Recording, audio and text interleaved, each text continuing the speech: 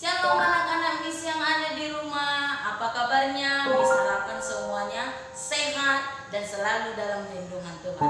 Baiklah anak-anak Miss yang ada di rumah, kita akan melanjutkan materi pembelajaran kita pada hari ini. Nah, sebelum itu kita terlebih dahulu berdoa. Bagi anak-anak Miss yang ada di rumah, ambil sikap berdoa. Miss akan pimpin di dalam doa. Terima kasih Tuhan atas kasih dan penyertaan-Mu. Kami akan belajar dari materi pembelajaran kami hari ini. Berikan kami kebijaksanaan dan roh pengertian, agar kami memahami setiap materi kami. Dari awal hingga akhir, Tuhan yang memberkati. Dalam nama Tuhan Yesus, kami telah berdoa. Amin. Kompetensi inti adalah 1. Menghargai dan menghayati ajaran agama yang dianutnya. 2. Menunjukkan perilaku jujur, disiplin, tanggung jawab, dan peduli. 3. Memahami dan menerapkan pengetahuan. 4. Mengolah, menyaji, dan menalar dalam ranah konkret. Kompetensi dasar: 1. Mensyukuri makna hidup beriman dan berpengharapan. 2. Menunjukkan sikap hidup beriman dan berpengharapan. 3. Memahami arti sikap hidup beriman dan berpengharapan. Indikator hasil pembelajaran: yang pertama, menjelaskan arti dan kaitan antara beriman dan berpengharapan. 2. Menjabarkan tokoh Alkitab yang menjadi panutannya dalam hal beriman dan berpengharapan, serta apa alasan memilih tokoh tersebut.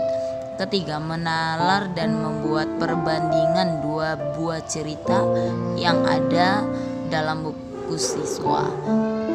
Tujuan pembelajaran: 1. Siswa mampu menjelaskan arti dan kaitan antara beriman dan berpengharapan. 2. Siswa mampu menjabarkan tokoh Alkitab yang menjadi panutannya dalam hal beriman dan berpengharapan. 3. Siswa mampu memperbandingkan mengenai wujud beriman dan berpengharapan menurut Alkitab dengan praktek kehidupan siswa. Nah, materi hari ini yaitu dampak dari hidup beriman dan berpengharapan. Memahami makna iman dan pengharapan berarti kita harus mengerti arti beriman dan berpengharapan. Beriman dan berpengharapan artinya: 1. Percaya pada janji-janji Allah bagi umatnya. Yang kedua, memiliki kerinduan untuk mempelajari serta memahami kehendaknya dalam hidup manusia. Yang ketiga, taat pada kehendaknya serta menyerahkan hidup sepenuhnya dalam kedaulatan Allah. Nah, yang pertama yang harus kita lihat di sini adalah percaya pada janji Allah. Maksud daripada hal tersebut adalah: 1. Membangun imannya berdasarkan janji Allah untuk menyelamatkan manusia. Dari janji itu dipenuhi dalam karya Yesus Kristus. Sedangkan yang kedua, memiliki kerinduan untuk mempelajari serta memahami kehendaknya.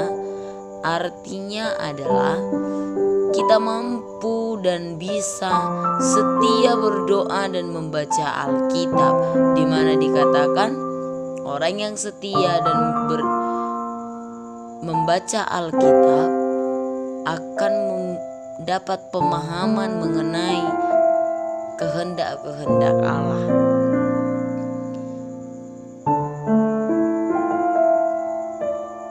Yang ketiga, taat kepada kehendaknya dan menyerahkan hidupnya dalam kedaulatan Allah.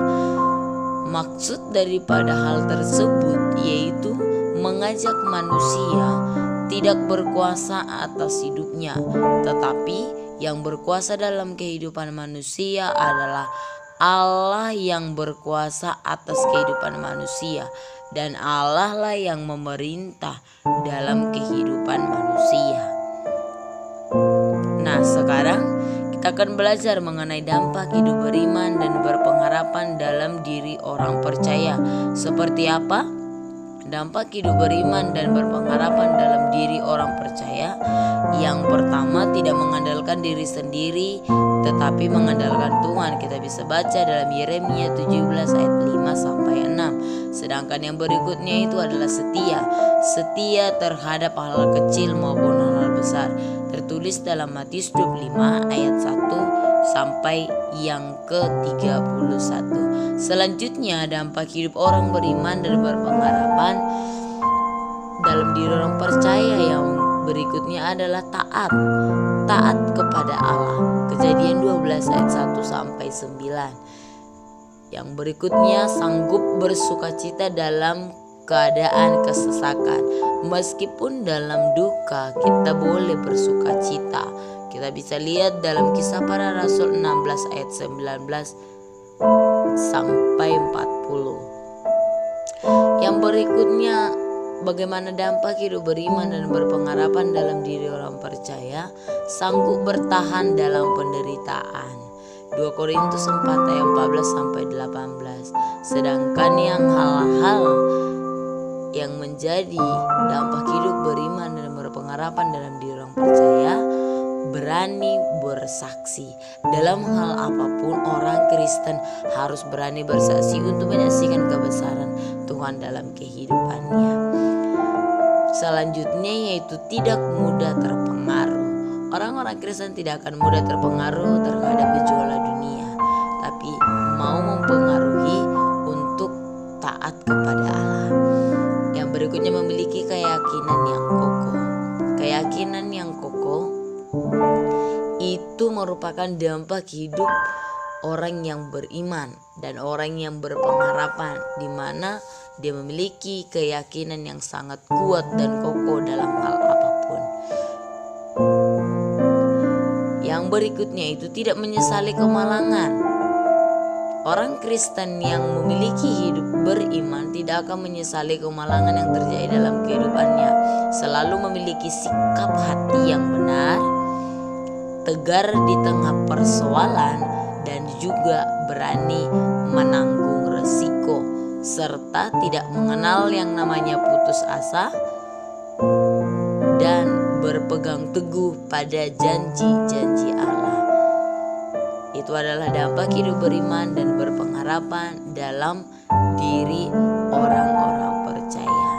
Nah, ketika kita sudah mengetahui apa yang menjadi dampak daripada hidup orang beriman, so pasti kita tahu akan janji-janji Allah kepada orang-orang yang beriman dan berharap hanya kepadanya. Apa itu yang dijanjikan oleh Tuhan kepada orang yang hidup beriman dan berpengharapan? Satu, tidak akan dikecewakan, tidak akan dipermalukan, memperoleh pertolongan Allah, memperoleh pembelaan Allah. Bukan hanya hal itu, bahkan bukan hanya hal seperti itu. Yang berikutnya adalah memperoleh penghiburan, akan mendapat kemerdekaan dari perbudakan kebinasaan. Bahkan juga janji Allah kepada orang yang beriman dan berpengharapan memperoleh berkat-berkat dari Allah, memiliki jaminan hidup yang kekal, serta memperoleh kekuatan.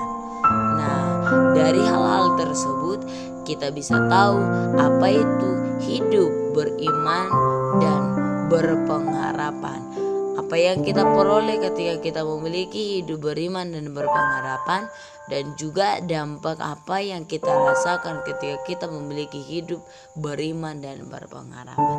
Nah, yang menjadi kesimpulan materi kita saat ini yaitu salah satu ciri manusia yang dipanggil untuk menjadi murid Tuhan Yesus itu adalah orang-orang yang memiliki iman dan pengharapan.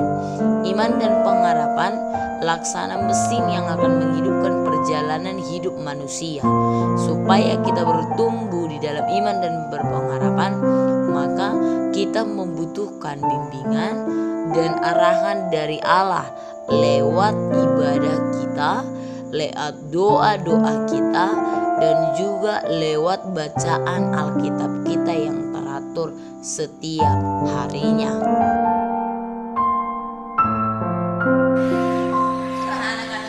ada di rumah.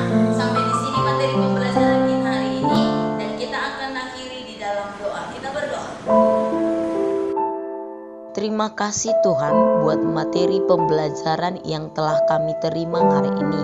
Biarlah kami mengerti dan memahami setiap pembelajaran kami. Ajari kami untuk lebih mengerti lagi. Di dalam nama Tuhan Yesus Kristus kami telah berdoa. Amin.